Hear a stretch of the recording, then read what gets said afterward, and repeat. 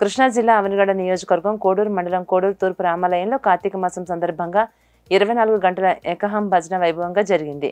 గుడి చైర్మన్ పోతబోయిన వెంకటేశ్వరరావు, పాశం పాండురంగారావు, గుడి కమిటీ భక్తుల సహకారంతో కార్యక్రమం ఘనంగా నిర్వహించారు. సాయంత్రం సహస్ర దీపాలంకరణను పోతబోయిన శ్రీనివాసరావు దంపతుల సహకారంతో భక్తులు వేడుకగా నిర్వహించారు.